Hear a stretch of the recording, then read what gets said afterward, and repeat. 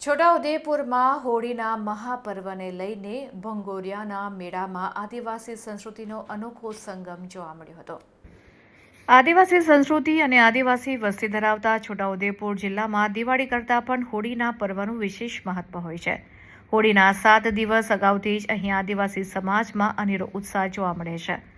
આ તહેવારના ભાગરૂપે યોજાતા ભંગોરિયા મેળાએ આદિવાસી પરંપરાનું અભિન્ન અંગ છે। જ્યાં સાપ્તાહિક હાટ ભરાતા હોય ત્યાં હોળી તહેવાર પૂર્વે વિશેષ મેળાનું આયોજન થાય છે, જેને ગ્રામજનો ભંગોરિયાના મેળા તરીકે ઓળખે છે। છોટાઉદેપુર જિલ્લાના રંગપુર સઢલી ગામે યોજાયેલ ભંગોરિયા મેળામાં પરંપરાગત વાદ્યો સાથે એક સમાન પહેરવેશ અને શિસ્તબદ્ધ નૃત્ય થકી આજના આધુનિક યુગમાં સ્થાનિક સમુદાય પોતાની પરંપરાને જીવંત રાખી છે। આ મેળામાં જુદા જુદા ગામના પુરુષો અને મહિલાઓની ટુકડીઓ આકર્ષણનું કેન્દ્ર બની હતી। ભંગોરિયાના મેળામાં આસપાસના ગામોમાંથી મોટી સંખ્યામાં લોકો જીવન જરૂરિયાતની ચીજવસ્તુઓ ખરીદી કરવા માટે આવ્યા હતા। ભંગોરિયા મેળામાં સ્થાનિક ટુકડીઓ સાથે છોટાઉદેપુર સાંસદ જશુભાઈ રાઠવાએ પરંપરાગત નૃત્યનો આનંદ માણ્યો હતો। આ વર્ષે છોટાઉદેપુર જિલ્લામાં રંગપુર સડલી હાટથી પરંપરાગત ભંગોરિયાના મેળાનો વિધિવત પ્રારંભ થયો છે।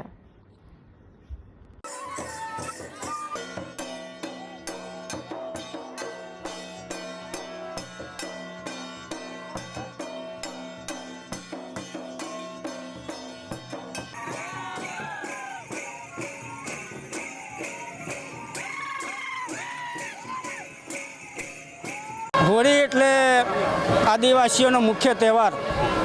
દિવાળી અટે પણ હોળી ઘોર એમ આ હોળી પર્વની આજથી ભંગોરિયાના મેળાની શરૂઆત થઈ છે અને પૂરેપૂરા 7 દિવસ દરેક વિસ્તારની અંદર આદિવાસી વિસ્તારની અંદર ભંગોરિયાના મેળાઓ યોજાઈ રહ્યા છે અને ભંગોરિયાનો મેળો જે દિવસે પૂરો થશે તે દિવસે હોળી માતાનું દહનનો કાર્યક્રમ રાખવામાં આવ્યો છે। એના પછી ચૂલના મેળાઓ યોજાશે, કમાટની ઘેરનો મેળો પણ યોજાશે।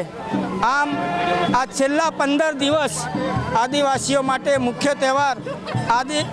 આદિવાસી દુનિયાના કોઈ પણ ખૂણામાં ગયો હોય પણ એ હોળીને તહેવાર મનાવવા માટે પોતાના વિસ્તારમાં આવી જાય છે અને હોળીની અંદર એ પોતે ધામધૂમથી પૂરેપૂરા સપ્તાહ અને પખવાડિયું મનાવી રહ્યો છે। ત્યારે આ હોળી પર્વની સમગ્ર દેશવાસીઓને હું ખૂબ ખૂબ શુભેચ્છા પાઠવું છું। ખાસ કરીને મારા આદિવાસી વિસ્તારના તમામ માતાઓ, ભાઈઓ, બહેનો અને યુવાન સાથીઓને પણ હોળી પર્વની શુભેચ્છા પાઠવું છું અને વિનંતી પણ કરું છું કે આપણે પણ સંસ્કૃતિ સાથે જોડાઈને હોળીના પર્વની અંદર નાચ ગાન સાથે આ એક પખવાડિયું ઉજવીએ એવી શુભેચ્છાઓ।